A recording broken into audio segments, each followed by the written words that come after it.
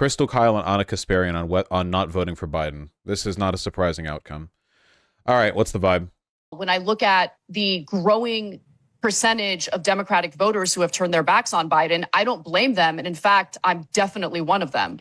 So, Anna, have you decided you're not voting for him in the fall, or what do you think? How are you thinking about that?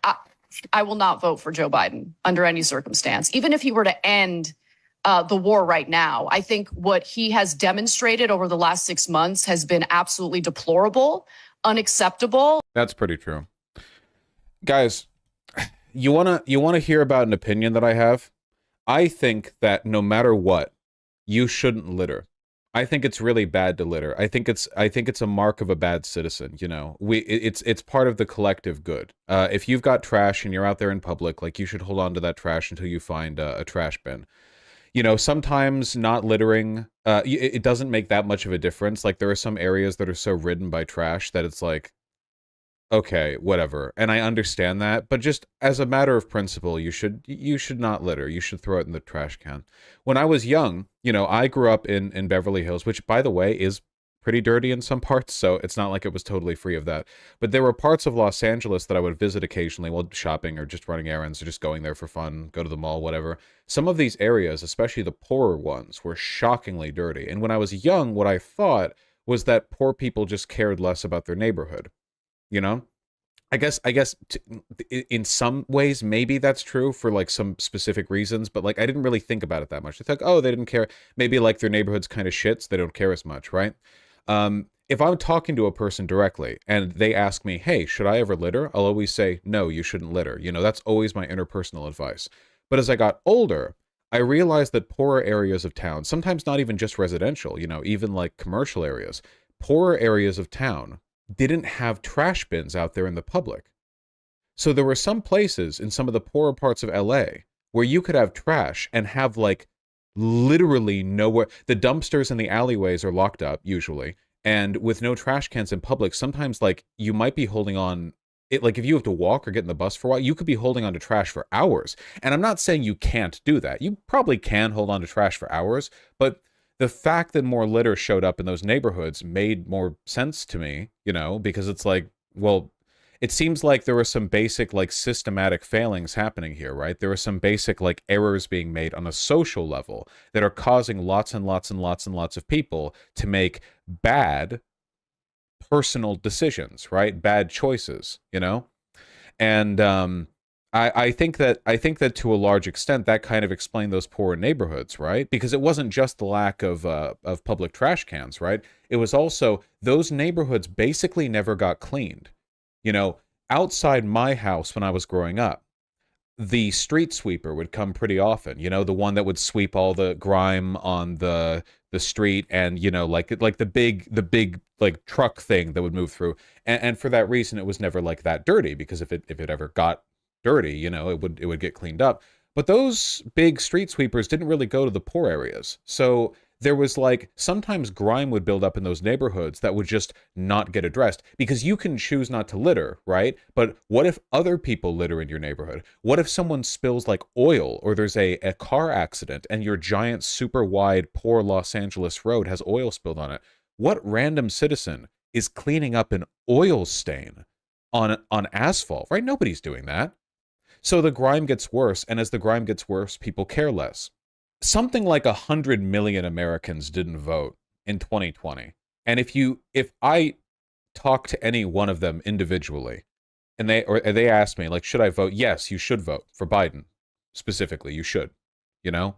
But as I am forced to think about the 100 million, you know, like, if all I have to say on the subject is, yeah, you should vote, I feel like I'm missing some broader point there, right? It doesn't change the fact that the right thing to do is not to litter, you know? You shouldn't litter. You should always throw it in the trash. But if that's all I had to say about littering, I wouldn't be saying very much. Does everyone understand what I'm saying here? The point that I'm making about how you shouldn't litter stands true. If anyone asks me, even a poor person in East LA, they ask me, you know, hey, I've got trash and I need to get rid of it. There's no trash nearby. Should I hold on to it? Should I vote? Whatever. No, you shouldn't litter. But again, like, if that's all I had to say, I feel like I'd be missing a pretty big part of the overall equation. And I could never support it. That doesn't mean I support Trump, but I would never cast a ballot for Joe Biden. Yeah, I Now, mean, these three shouldn't I'm very litter. much in the same place, and it's They should vote for Joe Kyle Biden. actually, in a private conversation, said they basically have us checkmated because I think still, even now, like when election night comes, it's not like if Trump were to win, like I would find that horrifying. And I do think. But isn't this slightly different because they're political commentators and they're influencing others to do the same? Yes, it is. I think this would more be the equivalent of somebody going on a podcast and saying, man, it. American streets are so dirty. They don't put the trash cans out. They never clean up. What the man? Who gives a if you litter? And I would think that's pretty irresponsible. You should encourage people to not litter. You know, you should encourage people to throw their trash away in trash cans. But at the same time, like, all the stuff you said prior to that point where you're like, yeah, our streets are filthy. No one cleans them anyway. It's all a trash heap. I mean, that's kind of true in a lot of places, you know? So there's an underlying truth there that is leading them to then make like an irresponsible conclusion. But I don't think I'm going to convince many people who already have decided that they don't care about littering to not litter just by chastising them for it. I'm not exactly the first person going up to them and saying like, hey, you shouldn't litter, right? They've heard that before. I wonder if they've ever believed in the city they live in enough to believe that they could be made clean through civic action, you know? I wonder if all those poor people in East LA who litter ever wondered what it might look like if LA cared enough to give them the trash cans and the street sweepers and everything else that they would need to keep a neighborhood really clean. You know? I wonder if they still thought about that when they littered or if they forgot it was ever an option. Especially if you look at domestic policy, like it's very clear Biden is way better on labor rights, way better on antitrust, you know, did a few good things, but there's just a red moral line when it comes to funding a genocide over months and months and months. And so I feel just as you do that, like, even if he did a 180 now today, it's too late. It's too late. That feels very black pill. It shouldn't. Clean cities exist in the real world. It can be done if people care to do it. And a Democratic Party that doesn't enable genocide is conceptually possible. That is a thing I can imagine existing. Mm-hmm. And about 50% of the people who they talked to in Michigan who voted uncommitted, about 50% of them were like, he's already gone too far. That's it. I'm out. And they'll either sit out or vote for a third party candidate. But the other 50% were saying like, yeah, if he changes it, turns it around, changes the policy, then maybe I'll vote for him. And I think this is a really difficult, like, philosophical question. I'm where you are, Anna, and I'm where you are, Crystal, on this. But what I'm curious about is how I'm going to feel on election night when the results start rolling in. Because I don't think that's the central matter of importance. Like, basically, the stuff said by, like, the most cringe resistance liberal imaginable about Trump, I think they're right. I think he's a threat to democracy. He says stuff like, you know, we need to terminate the Constitution or suspend the Constitution. So, and you pair that with his policy record, which was abysmal. It's just George W. Bush on steroids and warmongering. I always find it funny when people say he was anti-war. He was not even close to anti-war. It's a ridiculous thing to say.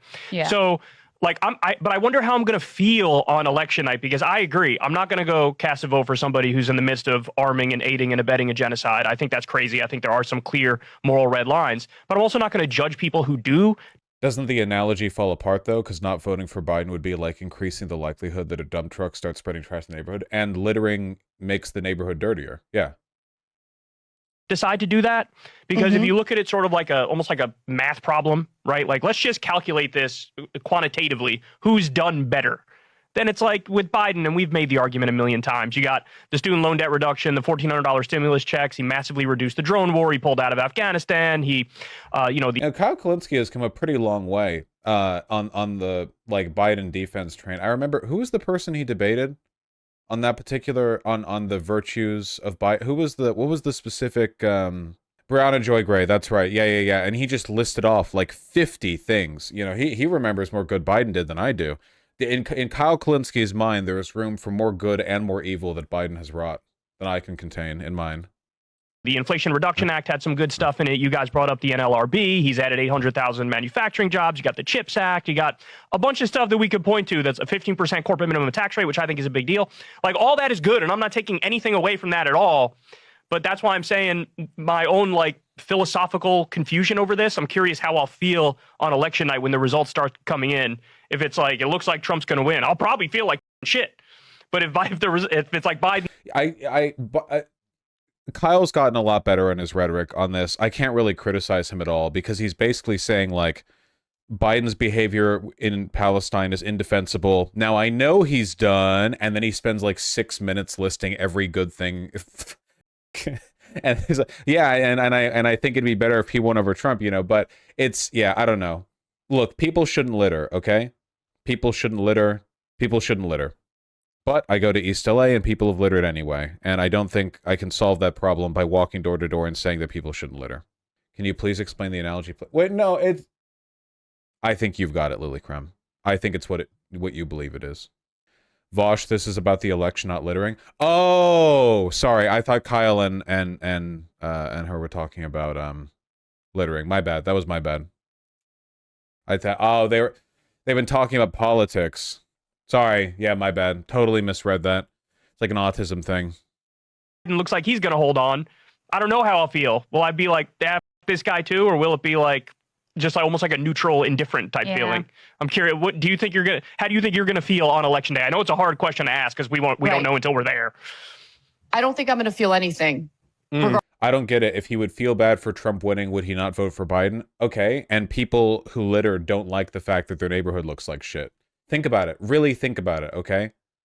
This isn't a matter of, like, on an individual level, why doesn't every voter make a decision that conforms to the rational utilitarian outcome that we decide is correct?